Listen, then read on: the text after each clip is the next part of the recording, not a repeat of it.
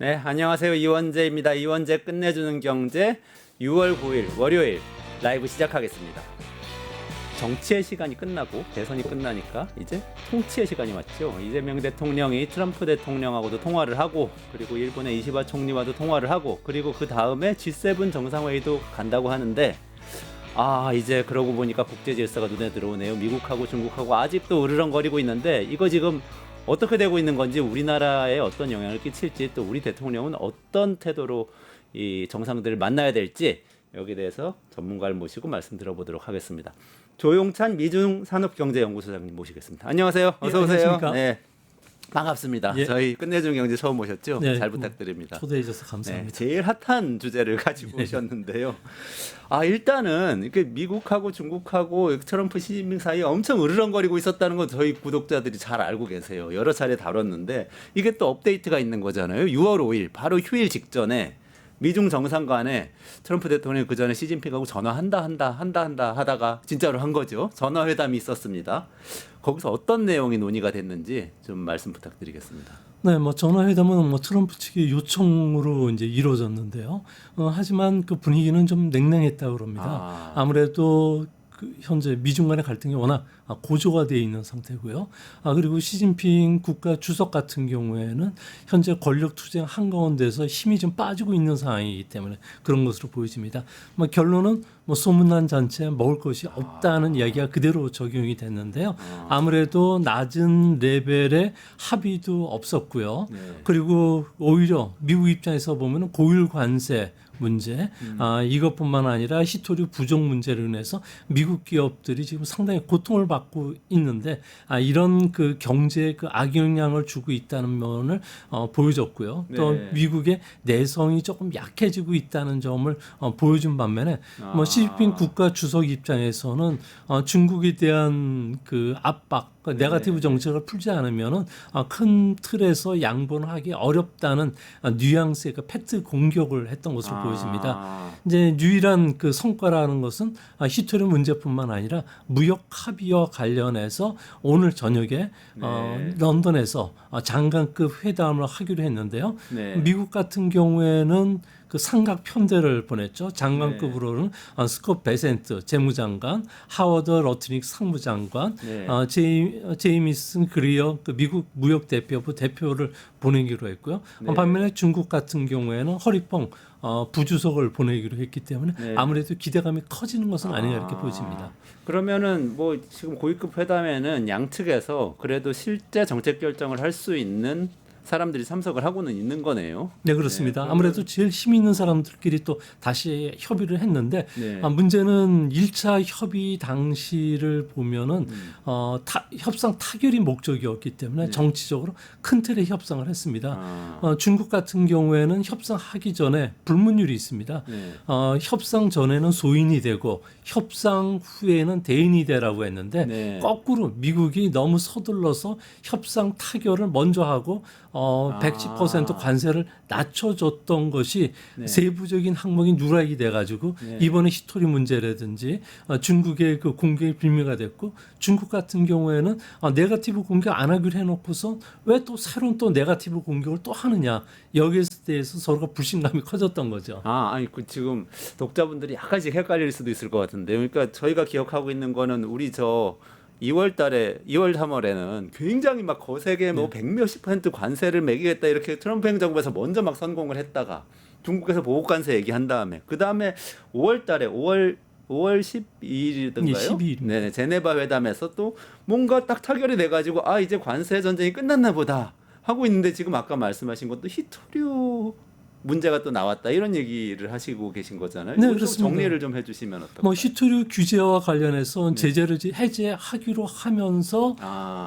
미국은 관세율을 115% 인하를 시켰다는 거죠. 네네. 근데 문제는 여기에 이제 세부 조항에서 빠져 있는 부분이 제재를 해제한 후에 다시 새로운 제재를 부과하는 것과 관련된 제동 역할과 관련된 조항이 전혀 없다는 겁니다. 그러다 보니까 미국도 그 트럼프가 중국에 대해서 계속 네거티브 공격을 했었던 거고요. 또 중국 입장에서는 수출 규제를 해주기로 했는데 또 여러 가지 수출과 관련된 규제를 해준 것은 아니냐. 그래서 이번에 그 런던 회의에서도 서로 불신감이 크기 때문에 낮은 단계의 그 레벨의 그 협상 타결도 조금 어렵지 않나 보여집니다. 중국 입장에서는 제네베 협의 이후에 미국이 화웨이에 대한 인공지능 칩에 대한 뭐 규제도 시작이 됐고요. 네. 뭐 제트기 엔진뿐만 아니라 반도체 소프트웨어에 대한 그 판매 중단 조치 그리고 또 이거와 관련된 별건 조치들이 지금 계속 매일같이 쏟아지고 있다는 거고요. 또 미국 입장에서는 슈톨리와 관련된 수출 심사 규제를 좀 폐지해달라는 요구를 했는데 이거는 중국 입장에서는 들어줄 수는 없는 이야기죠. 그러니까 전 세계적으로 보더라도 네. 환경과 관련된 그 광산 채굴과 관련해서는 규제하는 것이 전 세계적인 분위기인데 왜 우리한테만 그러느냐 이야기를 하고 있고 또 자신의 그 미국 같은 경우에는 지적 재산권 침해하지 말아라.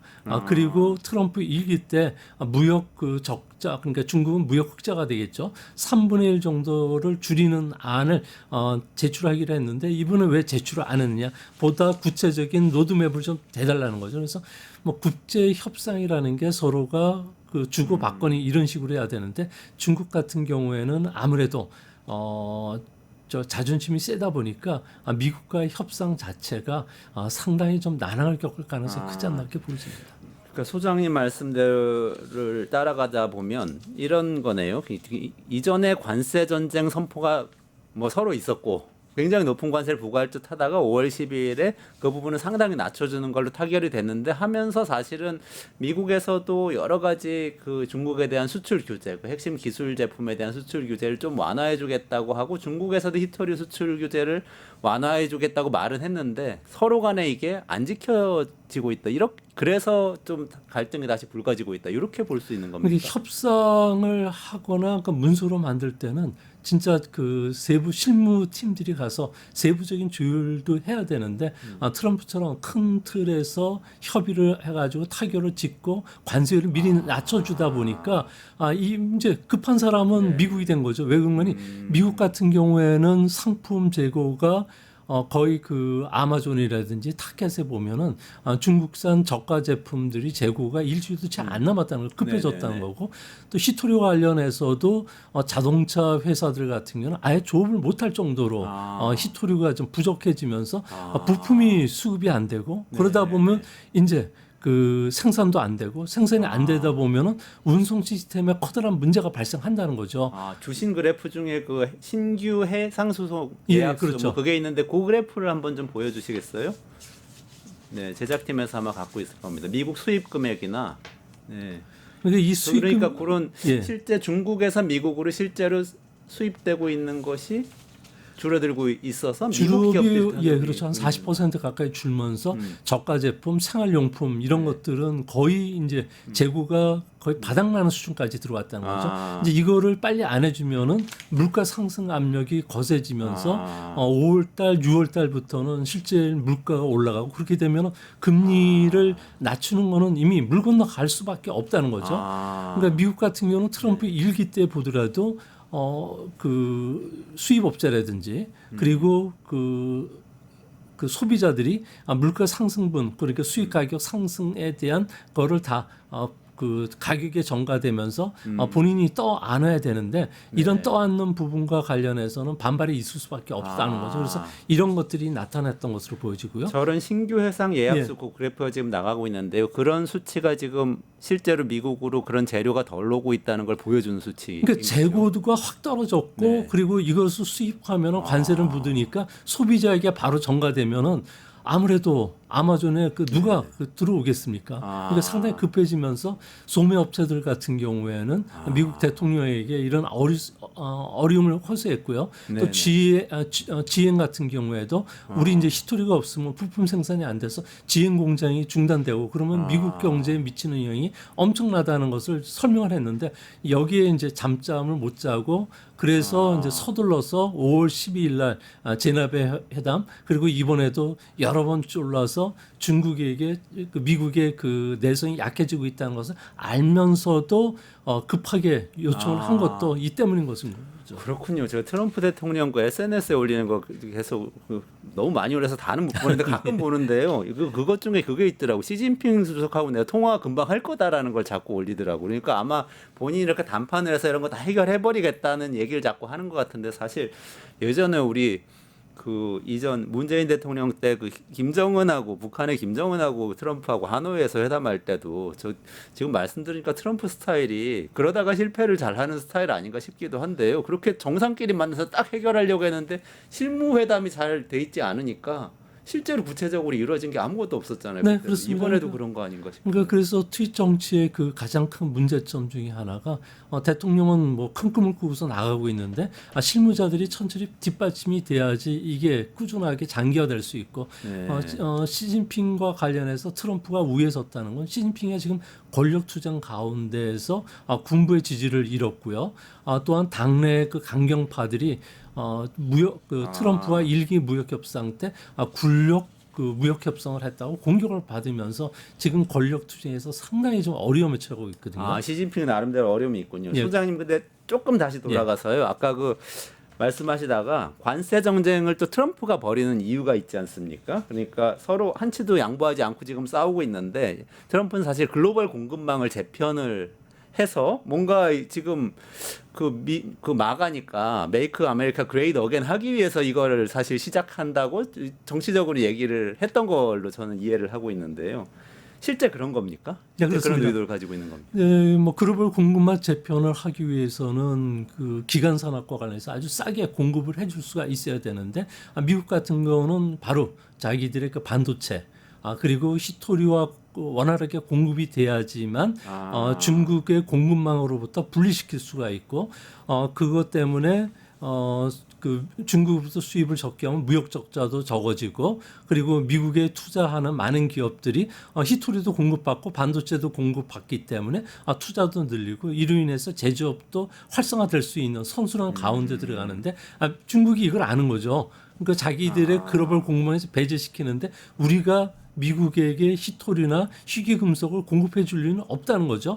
중국 같은 경우에는 히토류나 희귀금속을 수출하기 위해서는 허가제가 적용이 되고 있기 때문에 수출업자가 수백 페이지에 달하는 그 문건을 작성해서 줘야 되고 작성을 한다고 하더라도 바로 허가증이 나오는 것도 아니고 그리고 나서 보니까 올해 들어와서는 히토리 공급이 원래 그 미국이 요구했던 거에 한 25%까지 밖에 못 갔다는 거죠. 그러니까 미국 같은 경우에는 공장 가동률이 확 떨어질 수밖에 없고 그러다 보니까 자동차를 비롯해서 우주 항공이라든지 전투기 제작 그리고 그 이지스함 구축에도 지금 엄청난 타격을 받고 있는 그런 모습이고요.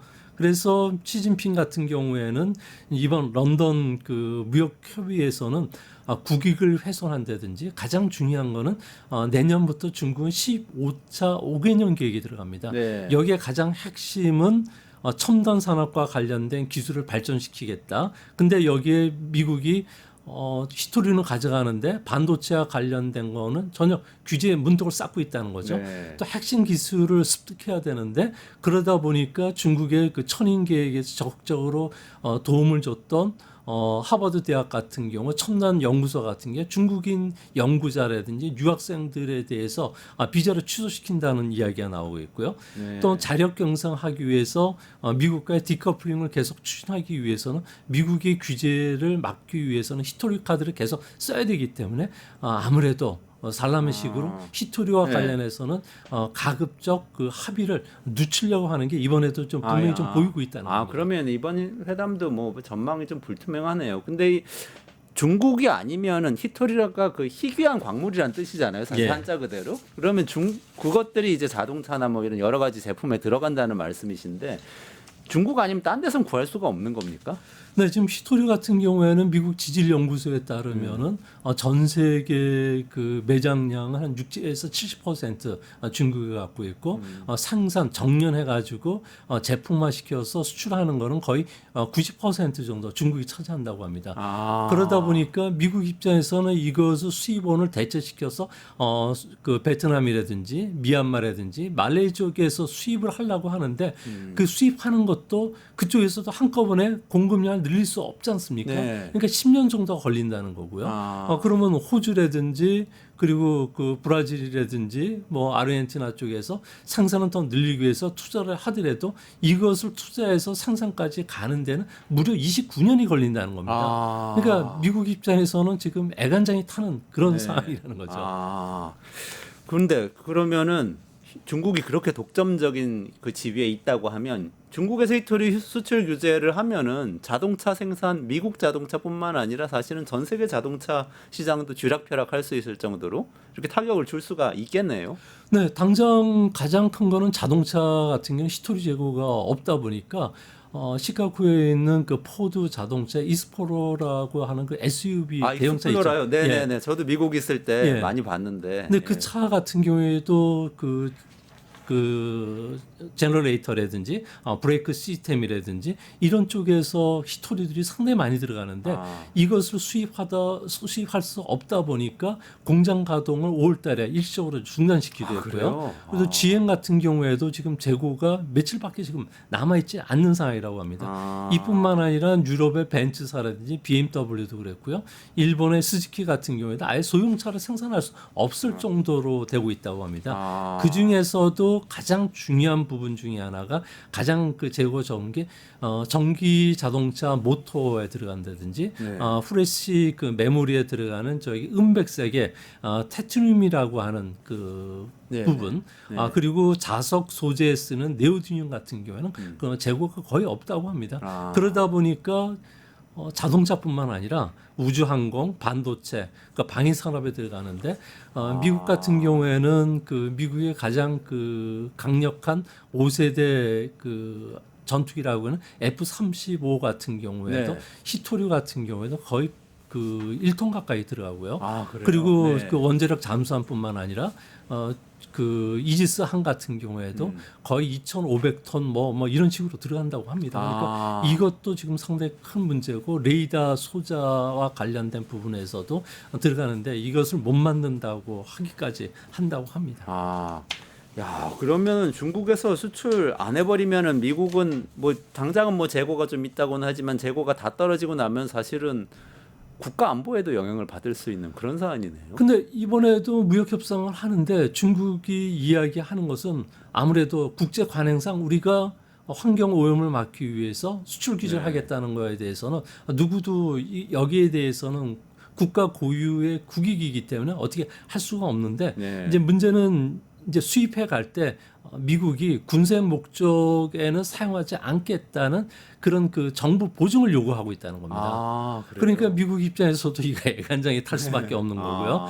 또 그러다 보니까 이제 문제는 트럼프가 일으킨 그 관세 전쟁이 미국 대 타국 간의 그 경쟁 구도를 만들어냈는데 반면에 이번에는 중국이 히토리와 관련해서 중국 대 타국이라는 새로운 그 갈등 구조를 만들어내고 있다는 거죠. 그럼 미국 말고 다른 나라들도 영향을 준다는 말이죠? 네, 그래서 이제 세계 무역 구조 자체가 대립이 앞으로는 상당히 좀 격해질 가능성이 있지 않나 보여집니다. 이제 이 때문에 고래 싸움에 새우등이 터진다고요. 우리나라 현대 자동차 같은 경우에는 전기 자동차에 들어가는 연구 자사 같은 경우는 87% 넘게 중국에 의존하고 있는데 중국이 너희 동맹국이고 우리에게 협조 안 하면 수출과 관련해서 미국식으로 25% 정도밖에 줄 수 없다 그러면 상당히 어려움을 처할 수밖에 없지 않습니까? 근데 이것뿐만 아니라 앞으로도 그 각종 전자 제어 시스템에 들어가는 히토류 같은 것도 수출 통제가 될 수가 있기 때문에 우리 입장에서는 참 곤란해진 입장인 것 같습니다. 지금 연구 자석 말씀하셨는데 연구 자석은 또 히토류를 가지고 만든 연구 자석. 그렇죠. 그러니까 히토류를 그 원재료 그대로 수출하는 것도 제한을 하지만 또 그걸로 만든 연구 자석도 수출을 지금 중국이 제한을. 그러니까 연구 자석 너희들이 가서 만들라 그러면 군사용으로 쓰지 않겠다는 걸 그 정부 보증서를 갖고 오라는 거죠. 그렇지 않으면은 민수용까지도 앞으로는 수출 규제를 하겠다는 게 중국 정부 생각이라는 거죠. 근데 지금 아까는 미국에 대해서 수출 규제하는 걸로 우리는 다 이해를 하고 있어서 그렇게 질문을 드렸는데 다른 나라도 그러면 우리나라도 대상이 되는 겁니까? 네, 우리나라도 대상이 되고 있고요. 그 다음에 그 가장 그 중요한 거는 저기 미국의 동맹국인 EU 국가들 그리고 일본에 대해서는 우리보다 더 까다롭게 수출 규제를 좀 하고 있다고 합니다. 일본도 자동차 대국 아닙니까? 그럼 일본 자동차 산업이나 기업들도 영향을 받겠네요. 네, 그렇습니다. 뭐 도요타라든지 미쓰비시, 뭐 혼다 같은 경우에도 예전 같았으면은 유보금도 많기 때문에 많이 쌓아놓을 수 있었는데 최근 들어서 just in time, 그러니까 모든 부품을 그 생산에 맞춰서 시스템을 가져가고 재고가 없다 보니까 히토류도 재고가 거의 없다는 거죠. 네. 그러니까 조그만 히토류에 관련해서 재고가 없다 보니까 전자 제어 시스템 전장 부분들과 관련된 히토를 수입할 수 없으면 자동차 생산이 그대로 멈춰 쓴다는 겁니다. 이런 현상들이 지금 자주 일어나고 있다는 겁니다.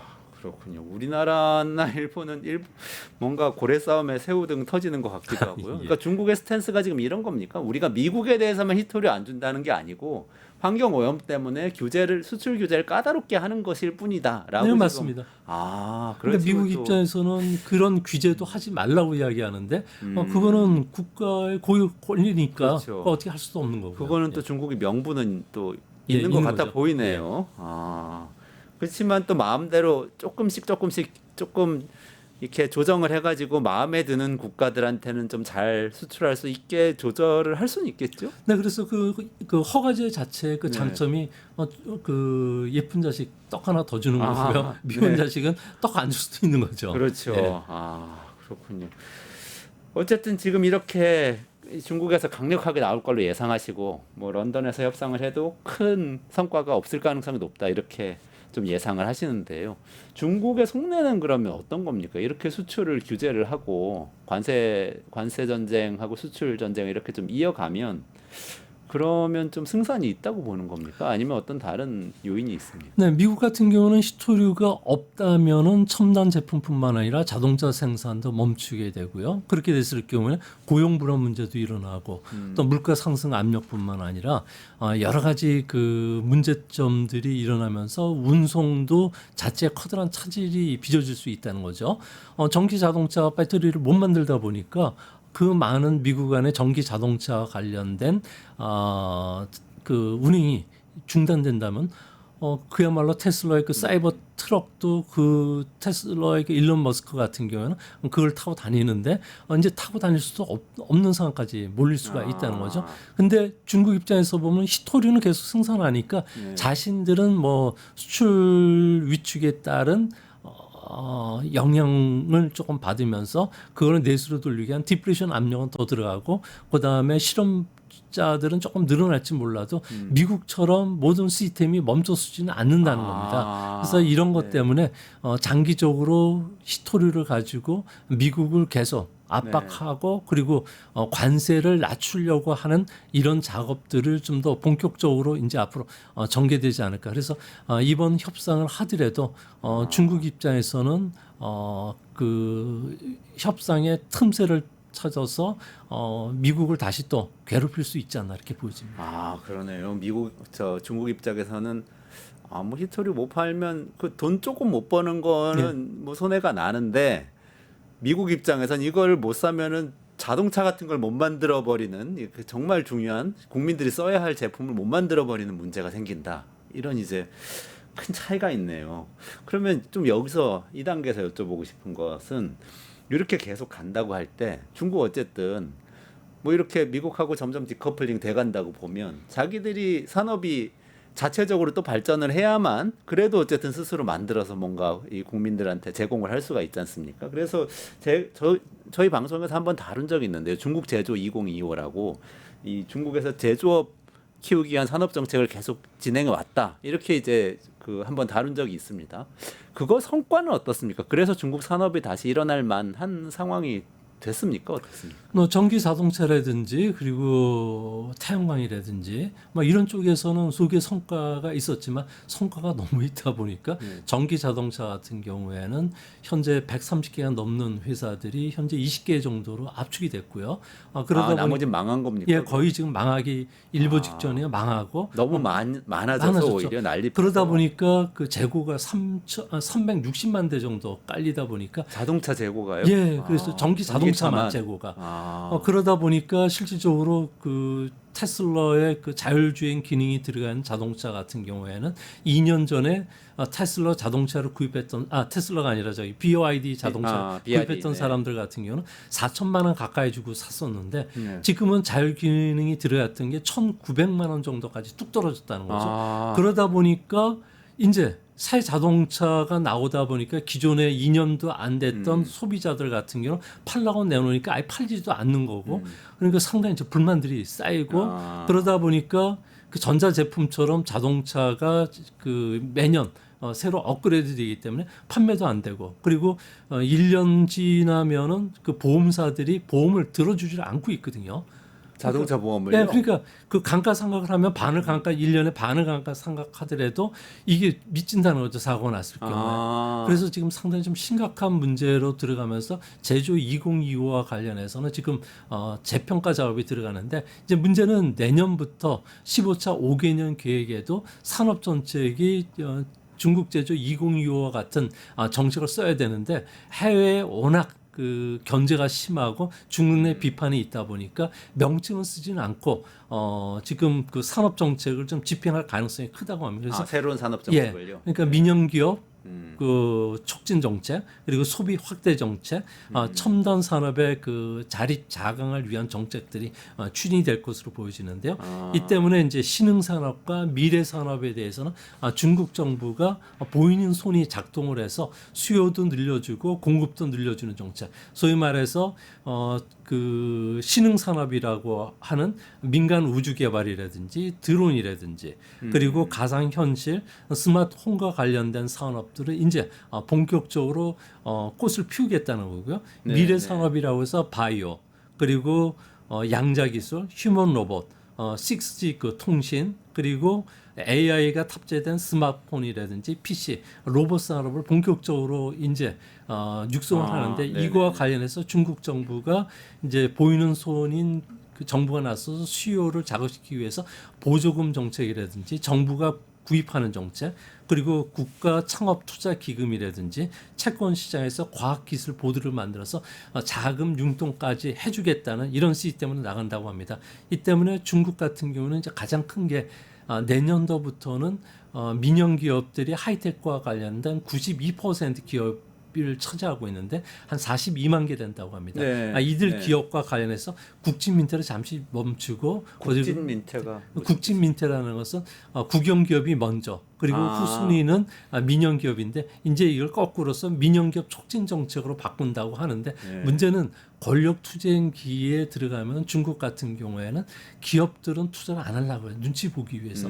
그리고 그 은행들 같은 경우에는 어느 라인에 잡고 있는 국유기업인지 민영기업인지 모르기 때문에 대출도 안 해줍니다. 그래서 올해 하반기서부터 중국 경제는 상당한 그 어려움에 처할 가능성이 크기 때문에 이런 그 권력 투쟁이 정쟁으로 비화됐을 경우에는 우리가 생각했던 것보다도 더 빠르게 중국 경제가 위기에 처할 가능성이 크지 않나. 그러면 중국에서 남는 많은 물동량이 우리나라의 덤핑 수출이 될 수가 있고요. 한편으로는 반도체와 관련된 투자를 못하니까 우리가 중국에 비해서 격차를 늘려갈 수 있는 기회도 또 찾아오지 않을까 보여집니다.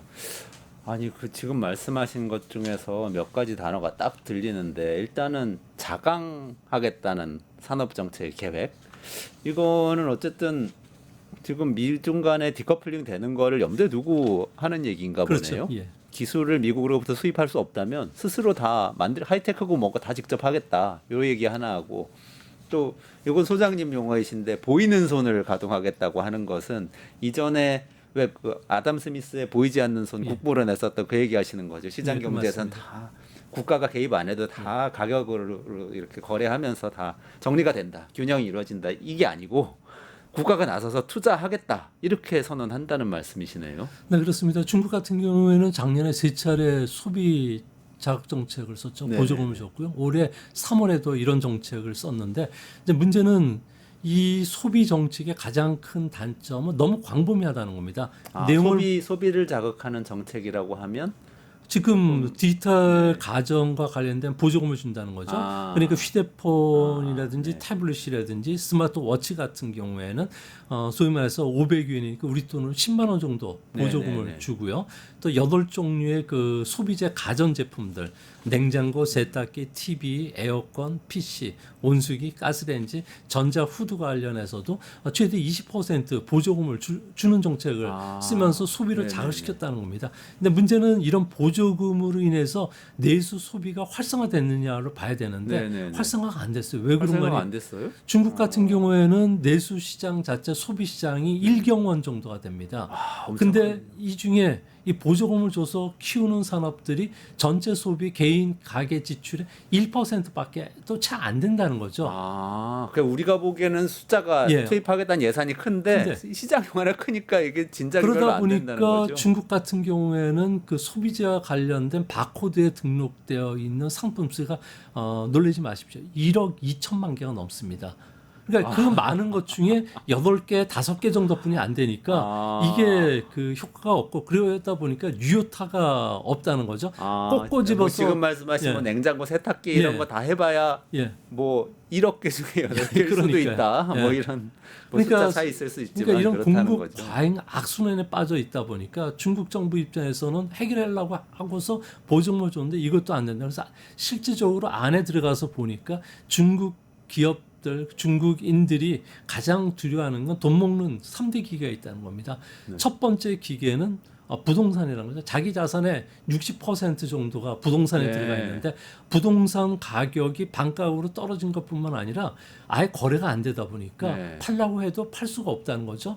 그러다 보니까 이자 지급은 계속 나가고 그러다 보니까 임금은 떨어지는데 소비는 쓸 수가 없고 그리고 또 한 가지는 두 번째 돈 먹는 기계는 애들 교육비인데 한정하다 보니까 애들을 유치원 때부터 시작해서 사립학교로 쭉 보내서 대학교까지 마치는데 가장 많이 드는 코스는 한 7억 원 정도, 아무리 싸게 들어도 4억 원 정도가 든다고 합니다. 중국 입장에서는 이 부담이 엄청나고요. 그리고 또 의료비가 중국은 우리보다 더 셉니다. 천문학적이에요. 저도 중국에서 근무할 때 주사를 맞으러 몇 번 갔었는데 거짓말 안 하고 거의 그 10년 전에도 10만 원씩 예방주사 맞는데도 따로 외국인이라 해서 그렇게 비싸게 받았는데 그러다 보니까 내국인들도 그렇습니다. 예, 그래서 내국인들도 중국 약재들 같은 경우에도 상당히 효능이 있다고 하지만 그런 약재 정품인지 진품인지 모르니까 비싼 데 가서 맞을 수밖에 없다는 거죠. 그러다 보니까 중국 정부 같은 경우에는 이런 소득 증가로 해서 기본적으로 최저임금을 좀 계속 인상한다든지 유아 보조금 지급이라든지 교육비라든지 노인들 어린애들을 위한 서비스를 늘린다는데 이게 명목상 늘리긴 하지만 실질적으로 52엔 12엔 정도 그러니까 우리나라도 10,000원 내지 2,000원 정도밖에 못 올라간다는 겁니다. 그러니까 소비 자극이 안 된다는 거죠. 그래서 중국은 내년도에도 실질적으로 어렵다. 특히 지금같이 권력 투쟁기에는 누가 집권할지도 모르는데 내가 어디 가서 펑펑 돈 있다고 썼을 경우에는 초프라 그래서 모난 돌이 정에 맞는다는 이야기가 중국에도 있거든요.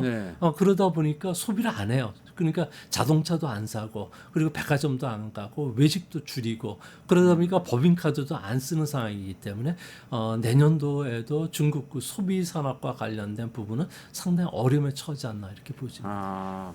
아까 말씀하셨던 처음에 말씀하신 그 생산 쪽의 산업 정책에서는 돈은 굉장히 많이 투입했는데 그래서 기술은 많이 발전하고 제품은 많이 나왔는데 오히려 과잉 공급 너무 많이 나와서 전기차가 300만 대씩 뭐 남아들고 이런 상황이 되다 보니까 가격이 떨어지면서 기업들이 굉장히 어려워지고 도산하고 이 문제가 생기고 있고 소비 쪽에서는 나름 한다고 여러 가지 제품 보조금이나 이런 것들 해주고는 있지만 실제 소비 시장 전체에 비해서는 너무 규모가 1%밖에 안 될 정도로 작기 때문에 소비 진작 효과가 별로 없는 상태.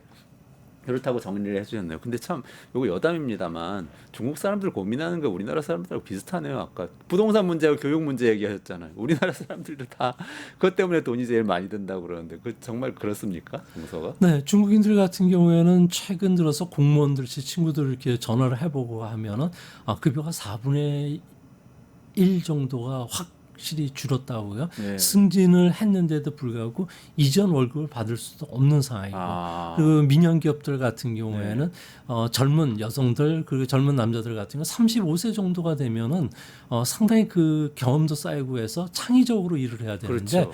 그러다 보니까 중국 정부 입장에서는 새로운 대졸자를 채용하라고 하면서 35세 된 그 경력자들은 또 해고들이 상당히 많이 자유롭게 일어난다고 합니다. 35세가 나이가 많다고 예. 해고하는 건가요? 그러니까 그 실제 돈을 써야 되는 젊은 층들이 네. 돈을 안 쓰게 되는 거고 재테크에만 몰입하다 보니까 재테크 하다 보면은 시드머니를 모으기 위해서 안 쓴다는 거죠.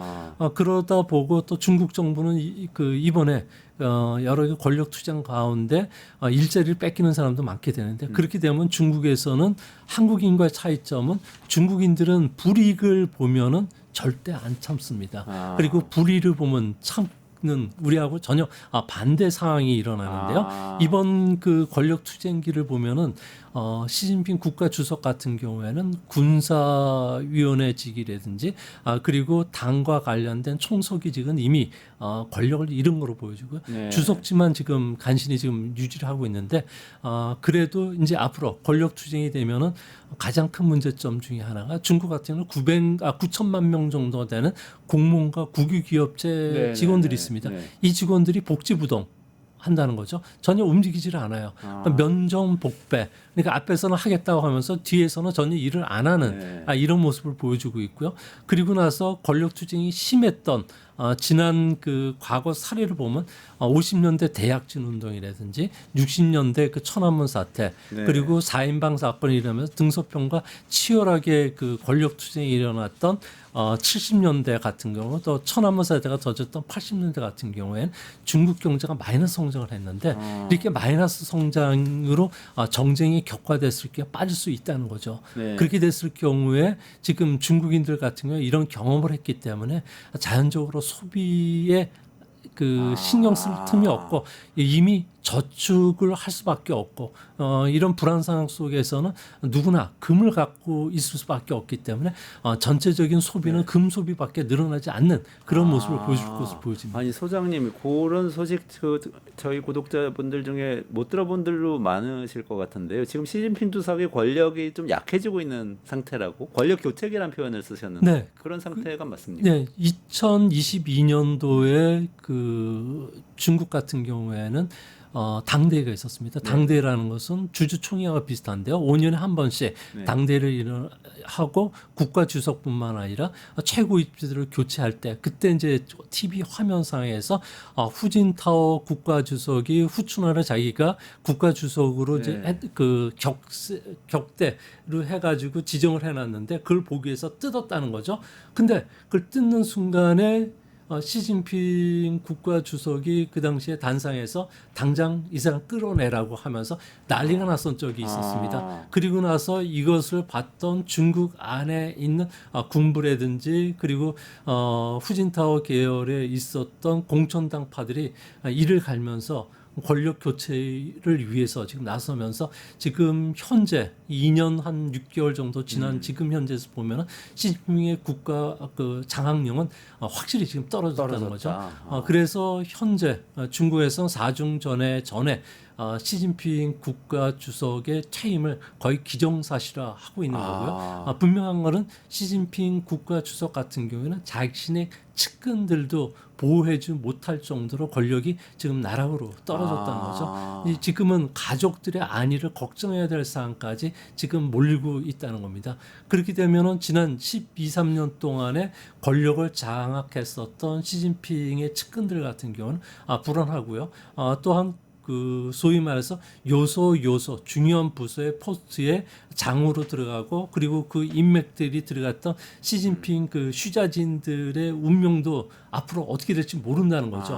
그렇게 되는 상황 속에서 누가 여기에 대해서 투자를 하고 은행이 대출을 해주고 소비가 그렇고. 일어나겠습니까? 그게 안 된다는 겁니다. 4중 전회가 언제입니까? 그 실각 지금 가능성이 4중 전에는 원래 5월 달에 하기로 돼 있었는데 이번에는 7월 달에 할지 8월 달에 할지 최종적으로 시진핑 국가 주석이 이제 당과 군을 어느 정도 내려놓은 것으로 보여지는데 이제 국가 주석도 직에서 물러날 때 확 약을 받고 네. 그러니까 예전에 4번에 걸친 정쟁으로 인해서 중국이 상당한 어려움을 겪었기 때문에 이번에 이런 정쟁이 없이 스무스하게 권력 인계 작업을 하기 위한 작업들이 어느 정도 완성이 되고 나서 사중전회하고 인사이동하고 그리고 권력 교체에 따른 후유증을 없애면서 여러 가지 부양 조치들을 계속 하나둘 발표를 하는데 문제는 워낙 시진핑의 쉬자진들이 워낙 그 요소요소에 박아져 있기 때문에 이들이 제거되는 가운데 권력투쟁이 상당히 심하고 제가 조금 전에도 말씀드렸듯이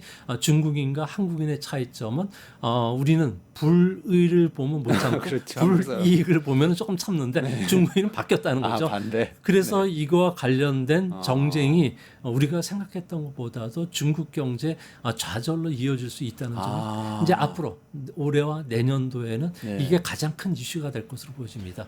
7, 8월에 시진핑이 실각할 수도 있다. 지금 조금 이렇게 늦어질 수도 있고요. 조금 늦어질 수도 그러니까 있지만 이것을 어쨌든. 스무스하기 위해서는 서로가 합의를 봐야 되는데 네. 합의 보는 가운데 지금 여러 가지 요구 사항들을 주고받는 이런 단계죠. 그러니까 그 집권 세력과 도전 세력이 이제 교체를 위한 물밑 그 협상 중에 있는 것으로 보여집니다. 그러면 그 이후에는 후진타오 계열의 후추나가 주석이 될 걸로 예상이 되고 있는 겁니까? 그것도 모릅니다. 그건 그 모르는 지금 상태인가요? 협의 과정에서 후추나를 그 시진핑 주석이 내정을 되어 있는 상태에서도 불구하고 권력 투쟁에서 밀어내면서 좌천을 시켜놨거든요. 네네. 그러니까 지금은 정협이라고 전혀 그 쓸데없는 그 보직에 부주석으로 있으니까 바지 사장으로 앉아 있다는 거죠. 그러니까 이런 문제들이 그 시진핑 국가 주석이 이 사람만은 국가 주석이 될 수 없다. 정권 잡을 수 없다고 네. 이야기를 했기 때문에 이것은 누가 다른 사람이 될 수 있는데 뭐 전 그 상무위원이었던 왕양이 될 수가 있겠고요. 아니면 또 다른 사람도 될 수가 있는 상황으로 보이지 않나 이렇게 보입니다. 그렇군요. 아직까지 확인된 사항은 없고요. 네. 이거와 관련돼서 확정돼서 보도된 사항도 없기 때문에 현재 중국인들이 저한테 이야기, 특히 중국의 그 공산당 간부들 같은 경우는 이런 그 내부적인 이야기들을 먼저 알고 있기 때문에 이런 것들을 아람아람씩 저에게 조금씩 전해 주는 거를 보고서 제가 이제 판단한 내용이 그렇습니다. 그야말로 내부자 정보네요. 선생님. 그러면은 지금 아까 말씀하신 걸 쭉 보면 소비 뭐 확대 정책이 뭐고 큰 효과가 없다고 그러면 5% GDP 성장률 달성도 올해 뭐 그렇게 공언은 해놨는데 쉽진 않겠네요.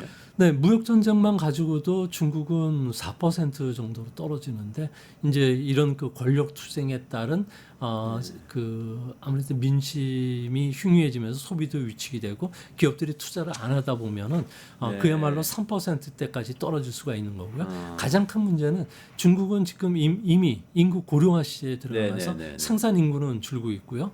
부동산 버블 붕괴가 지금도 여전히 진행 중이라는 겁니다. 이뿐만 아니라 미중 간의 대립도 격해지고 있기 때문에 중국은 앞으로 빠르게 2%대 그리고 성장까지 계속 떨어질 위험이 있지 않나 이렇게 보여집니다. 주가는 어떻게 보세요? 중국 주가는 지금 어느 정도 4월달 미중 간의 무역 전쟁이 그 심각했을 경우가 크게 떨어졌었는데 최근 들어와서 어느 정도 회복이 됐는데 이제 문제는 대형주들 같은 경우에는 아무래도 굴뚝주가 되고 구조 조정이 늦어지고 그리고 실질적으로 그 디프레션 압력이 들어오면서 가격 파괴 압력이 상당히 심해지고 있거든요. 그래서 실적들이 안 좋아지는데 주시장의 한 가지 그 지표 중에 하나가 그 어닝 리비전 지수라 그래서 시장이 예측됐던 실적보다도 현재 발표됐던 실적이 더 나빠졌느냐 더 좋아졌느냐를 보면 더 나빠지고 있다는 거죠. 그렇게 되면 굴뚝주들 같은 경우 전통주들 같은 경우에는 주가 하락이 불가피하지만 중국 정부가 15차 5개년 계획을 앞두고서 계속 끌어주는 AI라든지 로봇이라든지 뭐 바이오와 같은 혁신 기술 쪽으로는 아무래도 현재 상황을 보면 뭐 투자 매력도 있고 밸류에이션상 저가 매력 할인율도 높기 때문에 좀 양극화되는 장으로 좀 형성될 가능성이 있지 않나 이렇게 보여집니다. 육소룡이라는 용어도 있더라고요. 네, 뭐 중국을 대표하는 하이테크 기업들을 가리켜서 작은 6마리 용이라고 하는 그 테마주들이 있는데요. 뭐 게임과 관련된 그 회사죠.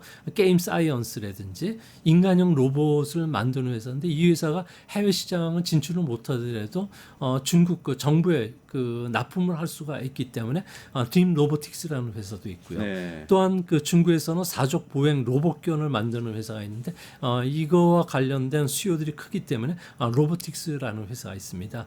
이뿐만 아니라 상성 그 AI 회사죠. 딥시크 그리고 네. 3D 그래픽이라든지 공간 디자인의 강점을 갖고 있는 소프트웨어 회사인 매니코어 그리고 네. 로봇과 인간의 그 연결하는 브레이언스 그 인터페이스 회사라고 하는 브레인코 같은 회사들이 있는데 이들 회사를 중심으로 해서는 외국인들이 저평가 받았다고 보고서 계속 꾸준하게 매수를 하고 있다고 합니다. 아 그렇군요. 자 그러면 소장님 중국 상황은 이제 뭐 새로운 얘기도 많이 전해주셔서 조금 정리가 됐습니다. 그러면은 어쨌든 뭐 우리나라가 중요하잖아요. 우리나라에 끼칠 영향하고 이게 어떻게 해야 되는지 이게 사실 굉장히 관심거리고 사실 또 대통령이 바뀌었기 때문에 새 대통령이 어떤 방식으로 이 그 미국과의 무역 협의를 해야 할지 미국하고 중국 사이에서 어떻게 처신을 해야 할지 이런 것들이 이제 굉장히 관심을 끌고 있는데요. 어떻게 네. 보십니까? 우리 같은 경우는 1차, 2차 실무 협상이 끝났고 그래서 미국하고요? 예, 그래서 네네. 미국 쪽에서는 우리에게 분명하게 언지를 줬습니다. 트럼프 행정부에서는 1순위 그 무역 정책은 무역 적자 축소가 가장 큰 것이다. 그리고 두 번째로는 미국 내 투자를 늘려 가지고 제조업 그 고용을 창출했는지 네. 이 그 공장을 건설해서 너희들이 필요한 것을 미국에서 수입해 가라는 이 네. 원칙인데 이 때문에 그 새 정부가 이 문제와 관련해서 어느 정도 그 준비가 돼서 이제 장관급이 이제 회의를 할 예정으로 있다고 합니다. 그래서 네. 무역 그 적자 해소시키기 위해서는 적자를 축소시키기보다는 무역을 좀 확대시켜 주자 우리 안은 그래서 네. 대두라든지 콩에 대한 그 수입을 옥수수 수입을 좀 늘려주고 그리고 방위산업과 관련된 부분도 우리가 수입을 좀 확대시켜 주겠다. 그리고 경제라든지 안보와 관련해서도 한미 조선 산업의 구조 조정을 좀 촉진하기 위해서 우리가 투자 펀드를 좀 만들고 그리고 미국 내 조선사를 좀 인수하는 문제 그리고 알래스카의 LNG 투자 사업뿐만 아니라 항공기 사업과 관련된 생산 개발에 협력을 하겠다는 이야기를 전달할 것으로 보여지고요. 또 비관세 장벽 제거를 위해서 미국산 수입 자동차와 관련된 뭐 여러 가지 제재 조치들도 다 풀어주고 상호 인증을 좀 승인해 주는 것도 확연하게 준비를 하고 있다고 하니까 미중 간의 무역 넘어서 한미 간의 관계는 조금 더 좀 수월하게 좀 풀리지 않을까 이렇게 보입니다. 수월하게 풀린다고 보시는군요. 예. 아니 근데 트럼프 대통령이 계속 뭐라고 해야 되나?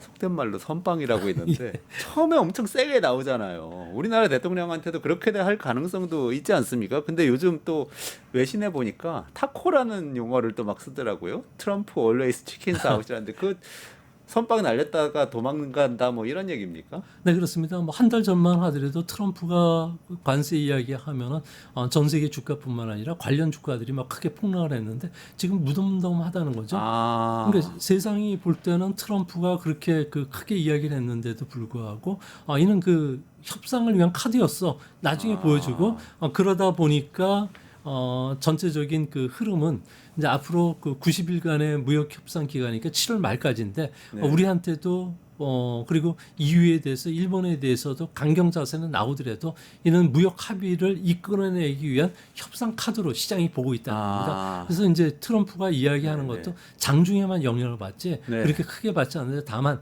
그 지금 개인적인 악감정이 들어간 테슬라와 그 트럼프 대통령 간의 그 네. 관계는 앞으로 두 사람이 화해하기 전까지는 좀 고통 시간이 좀 있지 않나 이렇게 보여지고요. 그런 측면을 보면은 주시장의 변동성이 크거나 빅수 지수가 공포 지수죠. 이게 높아졌을 경우에는 역으로 투자를 하는 게 더 바람직하고 빅수지가 안정이 됐을 경우에는 그때는 또 주식을 매각하는 역투자 전략을 쓰기 좋지 않나. 그래서 그런 게 지금 현재 이야기하는 그 타코라는 그 네. 트레이딩인 것을 보여집니다. 시장에서 오히려 이럴 때 떨어지면 사야 된다. 뭐 오히려 이런 흐름이 있다. 뭐 이런 말씀이시죠. 투자는 여러분 책임하에 하시고 어쨌든 그런 얘기가 있습니다. 그 마지막으로 좀 요거는 짚고 넘어가면 좋겠는데요. 그 말씀하신 것들 이제 듣고 나니까 큰 걱정은 안 됩니다. 예를 들면 이재명 대통령하고 트럼프 대통령하고 회담을 하는데 트럼프 대통령이 뭔가 무리한 요구를 갑자기 한다거나 해도 그것은 어떻게 보면 협상을 위한 카드일 뿐 앞으로 차차 침착하게 풀어나가면 된다. 이런 말씀으로 이해가 되는데 조금 마음에 걸리는 부분이 있습니다. 저희 대통령 당선 이후에 미국에서 나온 메시지 중에 이런 게 있었거든요. 한국의 대통령 당선을 축하하는데 중국의 개입이 걱정된다 이런 게 있어서 아까 처음에 말씀 주신 중국 이야기하고 관련지어서 우리 정부가 중국에 대해서 스탠스를 잘 잡지 않으면은 굉장히 좀 미국에서 굉장히 불쾌하게 생각하고 우리한테 타격을 주려고 하는가 보다 이런 걱정을 하는 분들이 많으세요. 이런 부분 어떻게 보세요? 근데 지금 미국 입장에서는 대중국 봉쇄 전략 그리고 기술 패권을 계속 유지시키겠다는 게 큰 명제가 있다는 거죠. 네. 그래서 여기에 대해서 4가지 화살을 준비를 했다는 거죠. 첫 번째 화살은 지금 날렸죠. 관세. 네. 두 번째 문제는 수출 규제. 네. 그래서 중국이 이제 음질했는데 네. 제3의 화살이 준비되고 있는 건 이게 추방 전쟁이라는 겁니다. 하버드 대학이라든지 미국의 그 대학들이 이제 중국 유학생과 관련된 비자를 좀 까다롭게 하겠다. 여기에는 군과 관련된 스파이들이 미국 첨단 연구소에 들어와서 기술을 습득하는 문제가 되는데 네네. 이걸 못하도록 중국인들뿐만 아니라 민간의 교류도 이제 어느 정도 제동을 걸겠다는 거고요.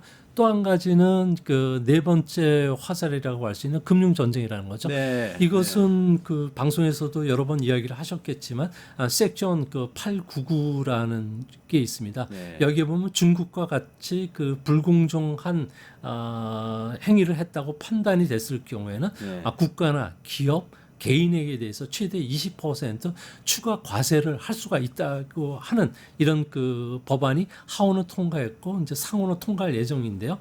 만약 이게 통과가 된다면은 소위 말해서 기울어진 운동장애로 표현되는 환율 문제라든지 그리고 디지털과 관련된 거래에 제동 역할을 한다든지 또 미국의 그 국익에 반해서 중국 편에서 옹호하는 발언을 한다든지 반도체와 관련된 기술을 공유한다든지 이랬을 경우에 한국에 대해서도 한국 기업 국가 그리고 우리나라 그 국민연금도 해당이 되겠지만 미국에 투자해서 벌어들인 배당이나 이자에 대해서 이제 20% 관세를 하겠다는 거죠. 과세를 추가로 과세한다는. 예, 그렇죠. 기존에 내던 건 내고 더 내라. 예. 그러면 그거는 어떤 정치적인 이유 같은 게 원인이 될 수도 있다는 그거는 뭐 말씀이신가요? 트럼프가 생각하기 나름이고요.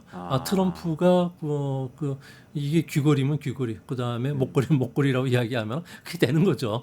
그래서 지금 패권을 갖고 있는 나라들이 상당히 국제 질서를 할 때 그야말로 깡패 노릇을 하는 거죠. 네. 이런 거를 했다고 해서 또 신고하지 마시기 바랍니다. 알겠습니다. 조 소장님 여기까지 말씀 듣도록 하겠습니다. 감사합니다. 네, 감사합니다. 유튜브 구독하고 실시간 채팅과 댓글을 남기시면 매일매일 7천 TTCO를 드립니다. 참여 방법은 통통물 어플을 다운로드하고 회원가입과 로그인을 해주세요. 마이페이지에서 나의 회원 고유 번호를 복사해주세요. 유튜브 구독 후 실시간 채팅이나 댓글창에 고유 번호를 한 번만 입력하면 준비 끝! 지금 유튜브 채팅과 댓글 쓰기 참여하고 실천 TTCO 받아가세요.